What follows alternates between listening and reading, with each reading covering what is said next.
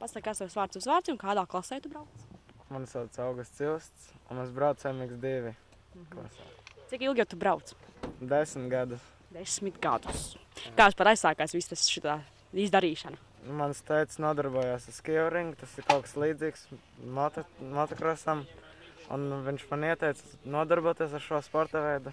Man iepatikās un tālāk aizgāju jau profesionāli un tagad jau esmu atkarīgs. Tā to sauc atkarība. Nē.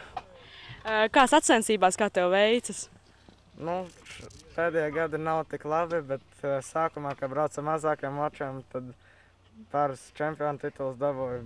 Veicās ļoti labi. Kā ar traumām? Nu, traumas nav daudz, bet ir bijušas. Bet tas vienalga neattur. Nu, uz kādu laiku, kamēr trauma tas attur, bet pēc tam jau aizmirst. Nē, pēc tam jau visu aizmirst un atkal brauc normāli. Kā tu rakstot šo sporta veidu? Kāpēc viņš tik ļoti tev aizrauja?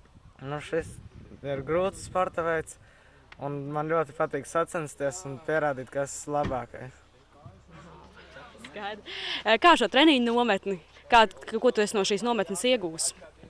Nu, šī treniņu nometne ir ļoti laba, jo šeit brauc arī Lauris un var pamācīties no stiprākajiem braucējiem Latvijā. Un ir arī labs treneris. Nu, man patīk. Kā tev šķiet, tev pirms tam arī bija pietiekami daudz zināšanas? Nu jā, diezgan daudz, bet par daudz nekad nav. Un kā trasa? Jā, šī trasa ir ļoti laba, liela lēciena, daudz elementa. Man patīk. Paldies tev!